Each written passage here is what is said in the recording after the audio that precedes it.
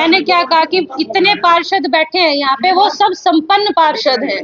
20,000 रुपए की मंथली के लिए पार्षद नहीं जाएंगे, और पार्षदों का काम मंथली मांगना नहीं है, पार्षदों का काम सेवा करना है। पार्षद सेवा करते हैं अपने बचाव के लिए। कल वो कहे कि मेरे से 1 लाख रुपए मांग रहा था, मेरे को ये किया, ये तो गलत आरोप है। बिल्कुल निष्पक्ष जांच होगी, और निष्पक्ष जांच के बाद भी नतीजा यही निकलेगा कि कल्प्रिट वही व्यक्ति है। किसी की आंख में चोट मारना, ये कहाँ का? आप अगर कोई समस्या है तो आप बात करें, उस समस्या का समाधान निकालें, लेकिन आंख में चोट मारना ये कहाँ का कानून है? आप वीडियो में देखेंगे कि पार्षद के साथ हमला करने के बावजूद भी वो जो पूरा ग्रुप था, उसके बाद भी हाथापाई कर रहे हैं वो, तो उनको किसी को चोट नहीं आई है, ना ही उनके साथ कोई हाथापाई हुई है, ना ही उनमें से कोई बीमार है, ना ही कोई हॉस्पिटल में एडमिट है। ये सिर्फ अपने बचाव के लिए झूठा खेल रच रहे हैं। पार्षद को बहुत गंभीर चोट आई है, और बहुत ही नाजुक जो जगह है, आंख पर बहुत गहरी चोट है, जिनका ट्रीटमेंट अभी दिल्ली में चल रहा है।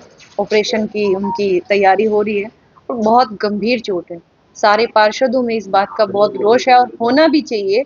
जैसे मदान जी ने भी कहा कि एक पार्षद सुबह से लेकर शाम तक कंप्लेन सुनता है, कभी सफाई की सुनता है, कभी सड़कों की सुनता है, कभी नालियों की सुनता है, सुबह से रात हो जाती है, लेकिन पार्षद काम करते हुए नहीं रुकते हैं, लगातार वार्ड में घूमते हैं, काम करते हैं, और उसके बाद भी अगर एक पार्षद के साथ में इस तरह का हमला होता है, इस तरह की उसके साथ में हाथापाई होती है, तो वो बहुत निंदनीय है।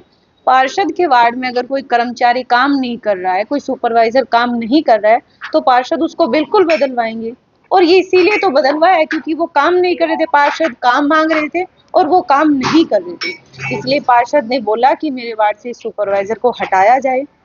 काफी दिन से उसकी शिकायत थी। पार्षद ने भी किसी और वार्ड में उसको चेंज किया गया, वहां भी उसकी वही शिकायत आई, और इसलिए उसको 5-6 दिन पहले हटा दिया गया था काम से।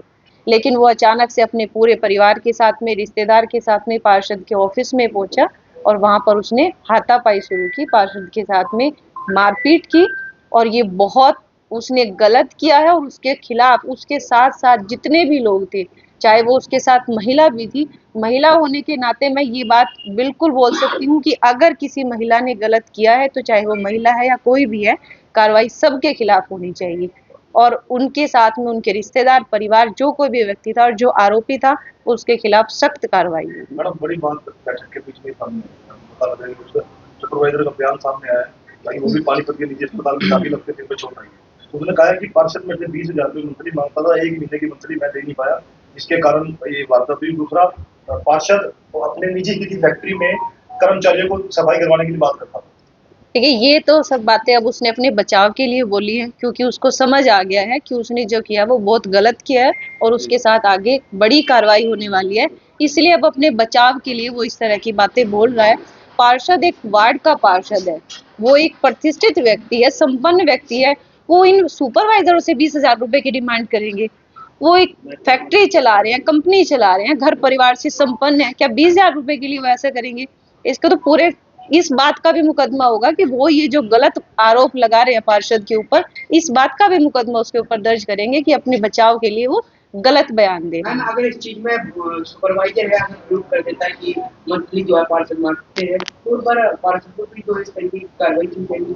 पार्षद पे किस बात की कार्रवाई? एक पार्षद अगर काम की डिमांड कर रहा है तो किस बात की कार्रवाई? सवाल ही है, अगर वो मंथली मांगते थे, अगर वो प्रूव कर देते कि मंथली लेते हैं, तो मैंने क्या कहा कि इतने पार्षद बैठे हैं यहाँ पे, वो सब संपन्न पार्षद हैं। 20,000 रुपए की मंथली के लिए पार्षद नहीं जाएंगे, और पार्षदों का काम मंथली मांगना नहीं है, पार्षदों का काम सेवा करना है। पार्षद सेवा करते हैं अपने बचाव के लिए। कल वो कहे कि मेरे से 1 लाख रुपए मांग रहा था, मेरे को ये किया, ये तो गलत आरोप है। मैडम, आप ये मानते हैं कि पार्षद महोदय जो है वो बिल्कुल निर्दोष हैं, तो इस वारदात का क्या कारण मानते हैं? पार्षद बिल्कुल निर्दोष है। ये जो इल्जाम लगाए गए बिल्कुल गलत है, और वो कहीं पर भी इस बात को 1% भी साबित नहीं कर पाएंगे कि उनसे इस तरह की कोई डिमांड की गई थी, या भविष्य में पहले, इससे पहले भी उनसे, जैसे उन्होंने कहा कि हर मंथ लेते थे, अभी भी कहा 14,000 आपकी तनख्वाह, 20,000 आपसे किस चीज की डिमांड की गई? और आपसे डिमांड की जा रही थी तो आपने उसकी कंप्लेन किसके पास की? क्या आपने कभी किसी को बताया कि मेरे से इस तरह की डिमांड की जा रही थी? पहली बात तो पार्षद, किसी भी पार्षद, एक भी पार्षद ने कभी इस तरह की किसी सुपरवाइजर से डिमांड नहीं की, और ये वो बात कभी साबित भी नहीं कर पाएंगे कि उनसे इस तरह की डिमांड की गई है। सिर्फ अपने बचाव के लिए वो इस तरह का बयान दे रहे। मैडम सवाल ये है कि हमला किया गया है, कुछ आपके पास भी बात आई होगी कि क्या विवाद हुआ था कि उसने इतने बुरे तरीके से जो है उनकी आंख में, जो पार्षद महोदय उनकी आंख में इतने बुरे तरीके से हमला किया? देखिए, उनके काम की बहुत ज्यादा शिकायत आ रही थी, और वार्ड में 17 वार्ड में वो सुपरवाइजर थे। पार्षद ने बोला कि मेरे वार्ड में वो काम अच्छे से नहीं कर रहे हैं, मेरे वार्ड से इस सुपरवाइजर को हटाया जाए। उनकी शिकायत पर उनको उस वार्ड से हटाया गया। तो उस वार्ड से ही नहीं, उनकी शिकायत सब जगह से थी, इसलिए उनको काम पर से भी, मतलब कंपनी में से भी हटा दिया गया था।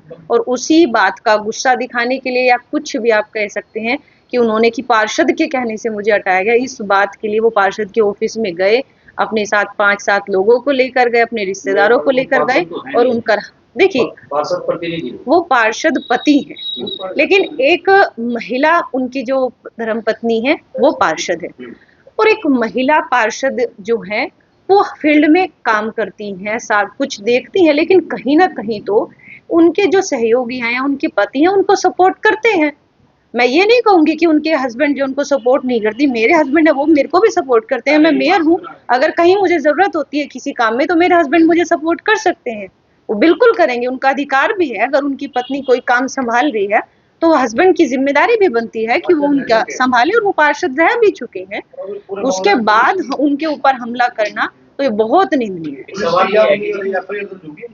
बिल्कुल एफआईआर दर्ज हो गई है, और जो मेन कल्प्रिट था, अभी जानकारी मिली है कि उसने किसी हॉस्पिटल में अपने आप को दाखिल भी करा दिया, ये दिखाने के लिए कि मेरे साथ हमला हुआ है। जबकि आप वीडियो में देखेंगे कि पार्षद के साथ हमला करने के बावजूद भी वो जो पूरा ग्रुप था उसके बाद भी हाथापाई कर रहे हैं वो, तो उनको किसी को चोट नहीं आई है, ना ही उनके साथ कोई हाथापाई हुई है, ना ही उनमें से कोई बीमार है, ना ही कोई हॉस्पिटल में एडमिट है। ये सिर्फ अपने बचाव के लिए झूठा खेल रच रहे हैं। मैडम दूसरे पक्ष ने जो आरोप लगाया है, आपने कहा कि उसके ऊपर हम शिकायत दर्ज कराएंगे, लेकिन वो भी कहीं जांच के लिए जा सकते हैं, एक निष्पक्ष जांच के लिए तो सभी तैयार होंगे।